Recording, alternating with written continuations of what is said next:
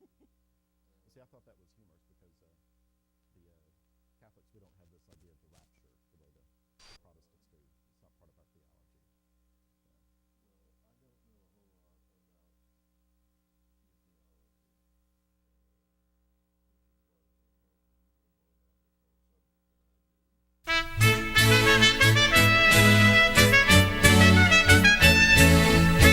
Welcome to the New Orleans Humanist Perspective, presented by the New Orleans Secular Humanist Association, following our few principles of humanism.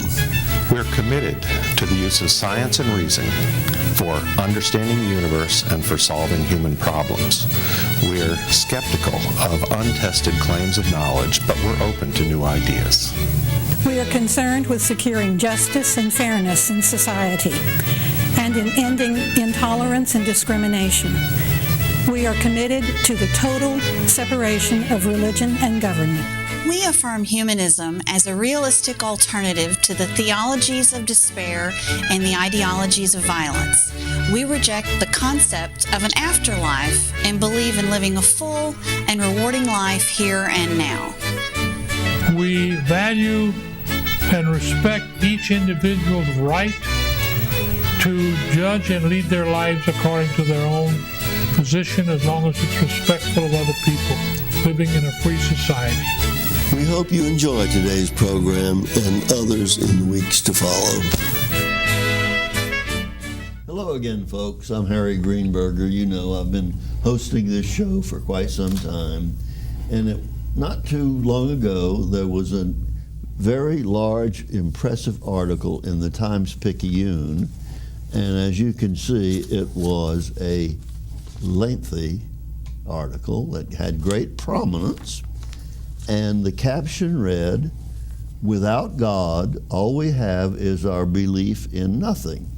And so I read the article and I said, this man who wrote the article is talking about me and all of my friends and associates in the Secular Humanist Association. And I think, you know, I'd like to talk with him and disagree with a lot of the points he made. And so my guest today is the author of that article, and it is Reverend Phillip Neri Powell. I appreciate your being here.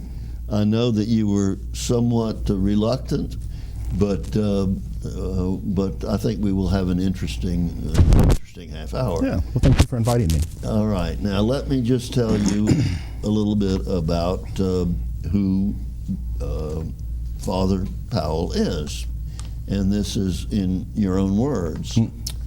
He says, "I was born in Greenwood, Mississippi, and raised in small towns all over Mississippi and Louisiana.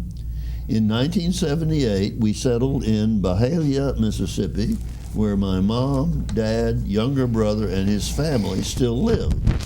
I attended Ole Miss, eventually earning a PhD in literature. In 1999, my application to enter the novitiate for the Southern Dominican province was accepted, and I headed off to San Antonio, Texas for a year.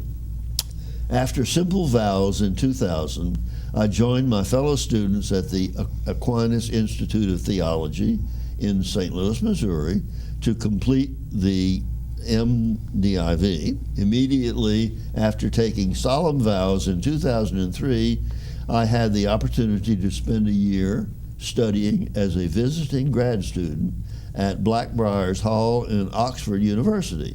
I was ordained a deacon there in July of 2004. The next year was spent in an internship at the University of Houston Newman Center, working with the students and staff of a campus ministry. In May of 2005, Father Scott Daniels, OP, and I were ordained to the priesthood at St. Peter's in Memphis, Tennessee. I was assigned to our priory in Irving, Texas, to work as the volunteer ministries coordinator for the campus ministry of the University of Dallas. While serving at UD, I also taught undergraduate and grad courses in theology and English. In the fall of 2008, I moved to Rome to study philosophy. Just this last October, I finished the license in philosophy at the Angelicum in Rome. Before joining the OP, I have held some interesting jobs to help pay the bills. Microbiology lab assistant, convenience store clerk, battered women's shelter bouncer, and team leader for an adolescent psych ward. Now, that's a very interesting background. Now, my first question is, and you had told me that this article, this point of view article, was you had done as an assignment, but my question is, how did it come to be featured in the Times-Picayune? Well, my understanding is that the features editor from the Times-Picayune had approached the Archdiocese about having someone in the Archdiocese write a series of Lenten reflections to be published on Fridays of Lent. When the Archdiocese agreed to this, I received an email along with 4 other faculty members saying, these are the folks that will be doing it, and here are the topics that they will be covering. So we had we were only given about 1,000 words, right. Between 700 and 1,000 words. I think that came out to about 860. All right, so you wrote this, and then it was submitted to the Times-Picayune at their request. Well, yeah. I mean, they didn't request you, but they requested this kind of submission. Yes. All right. Well, now that I've established how it got there, I want to talk about what's in your article. And the first thing I would like to say, when your caption says, "Without God, all we have is our belief in nothing," I want to say to you, atheism is a conclusion. It is not a belief. I do not believe that there is no supernatural. I have come to that conclusion after reviewing and studying all the evidence, and I found no evidence for supernatural. Therefore, I've reached this conclusion. So, just up front, I want to say it's not a belief. All right, it is a conclusion. May I ask you a quick question? Yes, of course. This is a two-way conversation. Good. And I was an atheist once myself, secular humanist, in fact. And what I discovered among my friends, all of whom were atheists, is that the God we were rejecting was not the God of theism. So if I could ask you, who was the God that you rejected?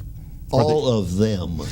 No, I understand that. We should say gods, and you have rejected all but one. You have rejected all of the other gods. Right. You have retained one. Right. Well, I just rejected one more than you did. Okay. But who is this God that you've rejected is my question. Oh, it's a supernatural being whose evidence you have to take on faith, because you cannot prove it logically, or it can't be proven. You accept it because it is satisfying to you to accept it. All right. Now let me say this: in our organization, we have people who come from all backgrounds. Some of them who had been, good believers who changed. In my own case, I was never religious. I just never. I don't recall ever in my entire life saying a prayer. Okay, so I was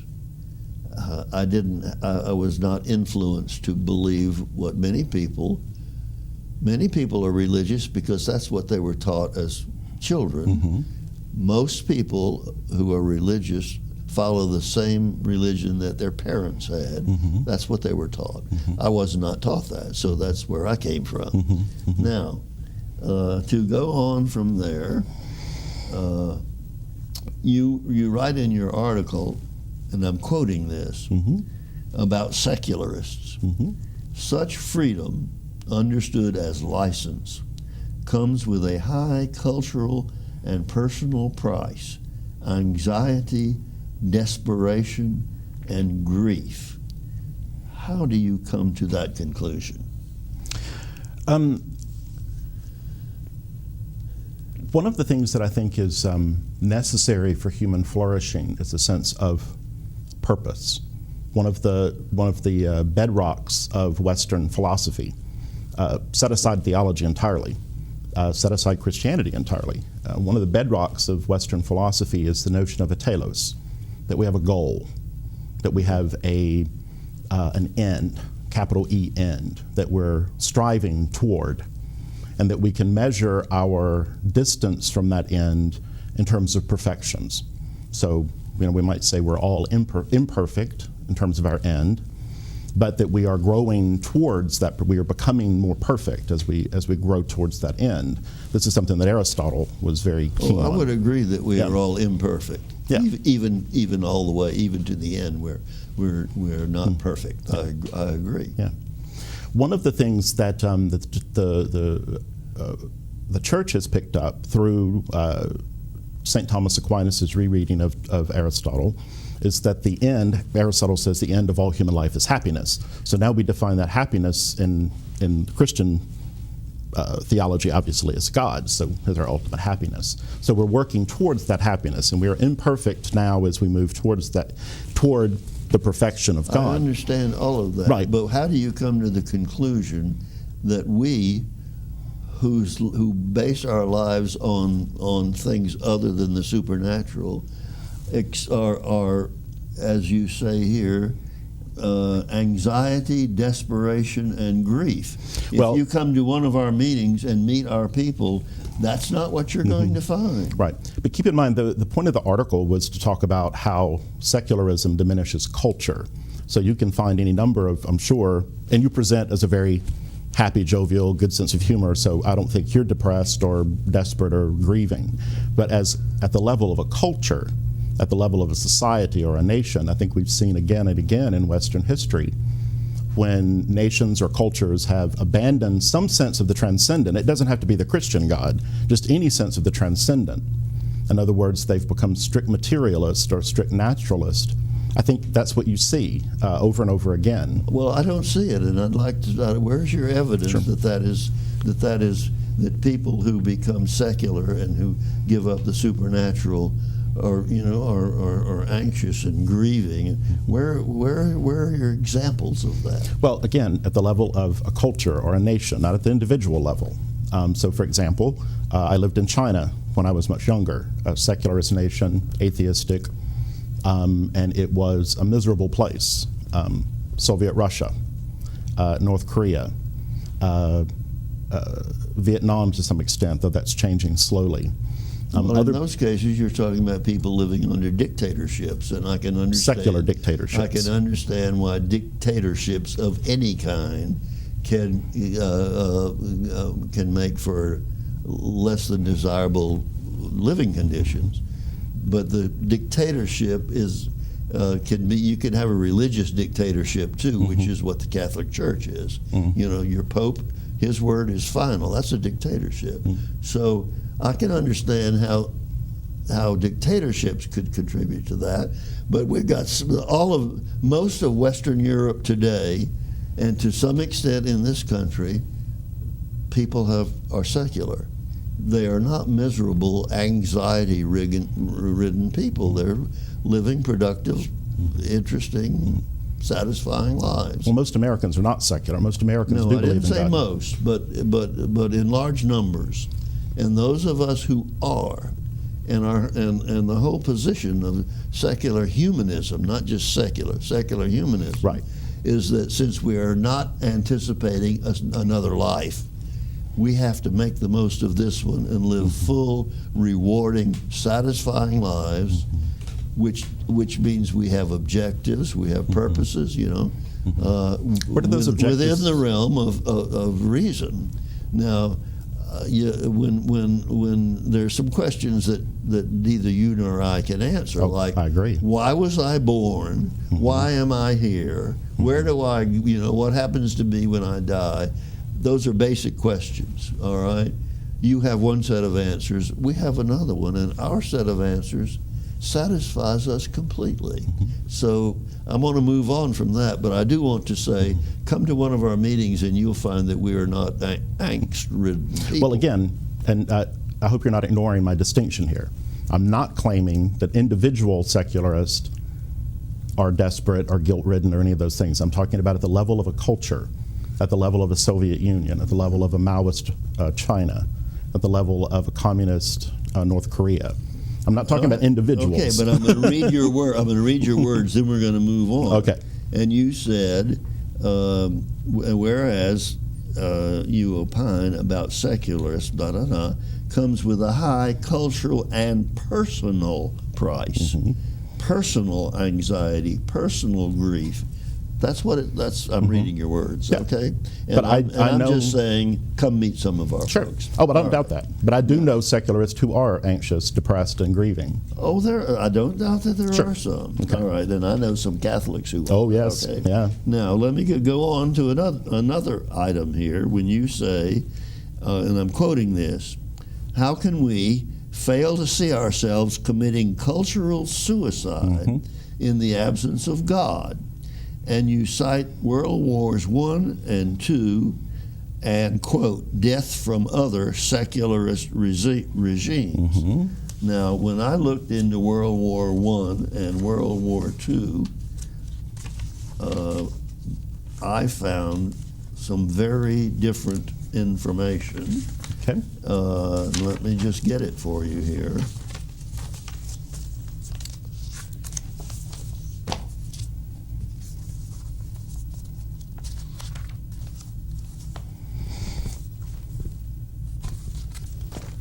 Okay, it's coming up.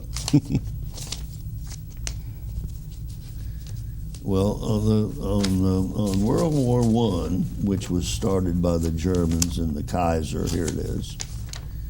Kaiser Wilhelm, who really was responsible for World War I, and I got this out of the internet.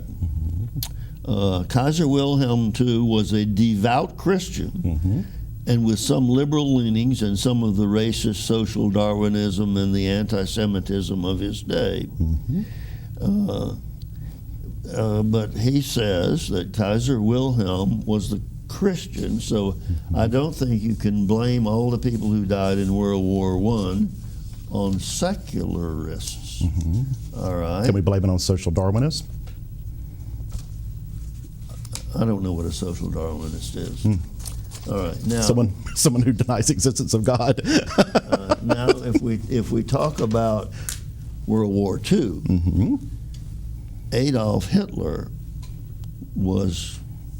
he says that he was a good Christian. Well, And I'm looking now because in his in World War II, Adolf Hitler writes in Mein Kampf, quote, "Hence today I believe that I am acting in accordance with the will of the Almighty Creator. By defending myself against the Jew, I am fighting for the work of the Lord." All the people that got killed in World War I and World War II, it came about from religious people instigating those wars. no, it came about from secularists giving it a religious veneer. Kaiser Wilhelm, I don't know what denomination he was, but he was a social Darwinist, which was incompatible with Christianity. But he was religious. Well, he claims to be religious, but there's nothing about Christian religion that gives credence to genocide or anti-Semitism or any other starting wars, or especially on the scale that Hitler did. In fact, what Hitler did was he appropriated a lot of the German Christian churches with this sort of what do they call it, blood and soil ideology, which has nothing to do with Christianity. Yeah, but Hitler persecuted Hitler made Christians. his deal with the Vatican too. No, that's false. That's Oh, simply it false. is not false. It's absolutely false. true. He No. made his deal with the Vatican, and it's in the records. No. I'm just saying that it was not secularism that killed the thousands of people in those instances. Now, and you were referring just to one century, I think. you want to talk about people that got killed by religion, you go a little bit further back in history and you look at the massive killings in the name of religion, such as the Crusades and the Spanish Inquisition, where they tortured and killed thousands of innocent people. And in the internet I read, and this was quoted, the Inquisition was a group of institutions within the judicial system of the Roman Catholic Church, whose aim was to combat heresy. This medieval Inquisition persisted into the 14th century, and from the 1250s was associated with the Dominican order. And this goes on. Now, may I respond to that? Of course. Good, thank you. The Inquisition was actually started by the state powers. They were started by the secular rulers, and they were, there was no judicial process, there was no evidence required. They were burning, hanging, drowning people that were accused of heresy. The Holy Father came up and said, look, this is ridiculous, we can't do this. He turned the Inquisition over to the Dominican order, my order. He turned it over to us, and we established, through the University of Salamanca, which is a pontifical university in Spain, we established the notion of human rights, and we established the notion of judicial process and evidence gathering for the Inquisition. After we took over, there were still executions, which, you know, that's horrible, but under the aegis of your church.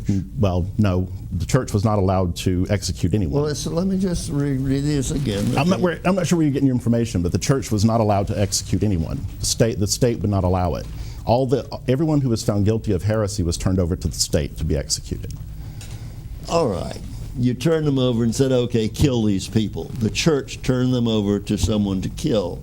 That doesn't provide you with innocence. Oh, no, absolutely not. All right. What I'm saying is, you were saying in your article that all of these terrible things that happened to thousands of people were the result of secularism, and I'm saying, oh no, they all originated from religion.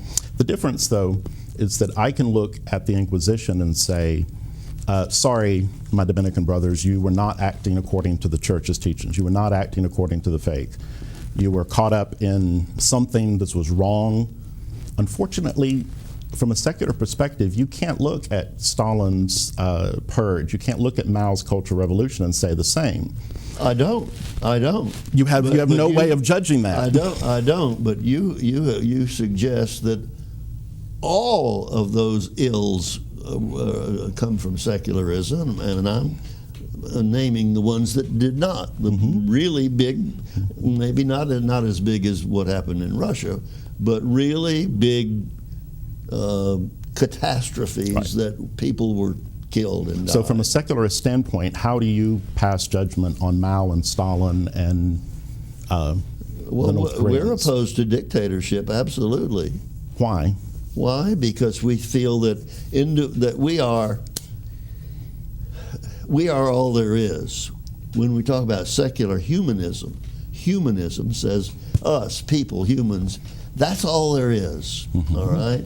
And we should live the fullest, most rewarding lives we can, which you cannot do if there are governments preventing you from doing that. So, of course, we would oppose dictatorships or other institutions that try to stop us from living our good lives, so long as we're not hurting other people.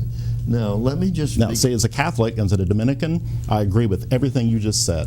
Good. I'm glad that you do. Now, before our time runs out, I'm going to quote you again. Okay.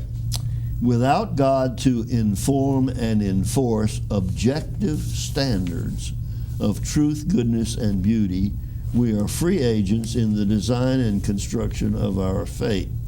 I'm looking at the words objective standards. Now,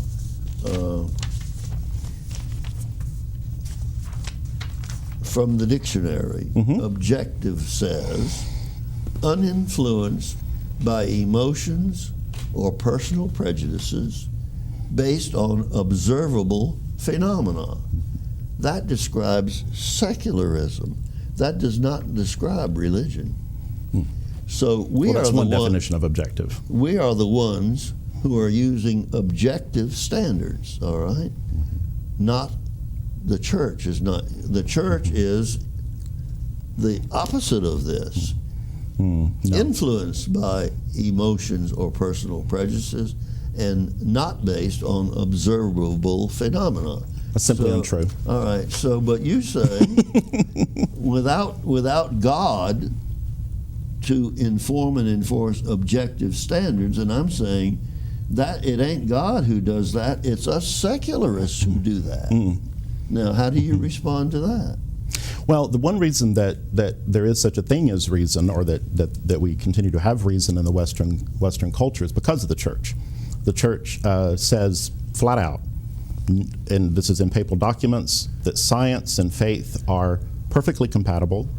There's no contradiction between science and faith at all. Now, who says this? It's in the church documents. It's in John Paul II's document All right, called. but the church says there's no conflict. No. But we on the other side could say yes, there is a conflict between. Well, but on your side, you use reason in a very instrumental way. We see reason as a gift. You use reason to instrumentalize knowledge, which means that you take your reasoning or your logic, and you don't apply it to. For instance, you don't apply it to yourself. You don't ask yourself, are you being consistent with your own position? Is secularism itself? How can you say that? How do you know that we don't ask ourselves? Well, because I think if you did, you would wonder why so many of your values are Christian. Well, let me say this. Because I said earlier, I want to say. Wait a minute. Okay. I want to say All right. something. Okay, this is I got to do this real fast. But what's his name? Einstein said, "For every Christian you can show me who's a Christian, I'll show you a Jew who's a Christian." We don't object the good teachings of Jesus. All right, we don't object but I do want to say one more thing, and we just got a couple of minutes. The conclusion of your article said, if secularism has again unleashed mere anarchy upon the world, then we who follow Christ must give our lives upon the cross to show the world again that Christ is King. You are saying that you people who follow Christ have to volunteer to be crucified? Well, that's taking it very literally. But I'm reading your words. Well, you're taking it literally. You have to remember, I'm a literature major. Well, how did you intend it? You said we must give our lives upon the cross. Well, that means you can take that in two ways. You can take it metaphorically, and you can take it literally. I hope it's not literal, though it certainly is literal in Africa right now. It certainly is literal in Syria, where Christian churches are being burned, Christian babies are being shot in the head in the street. Being Christian there is literally a crucifixion. For us, it's more about, are you willing to be ridiculed? Are you willing to lose your job, which is happening as well. It happened to Mozilla CEO just yesterday for not towing a secular line on gay marriage. You will be called upon as a Christian to give your life. Well, we're going to have to end on that. I do appreciate your being here. Thank you so much for having me here. Thanks for being patient with my question. Oh, no problem. And thank you, folks, for watching our show.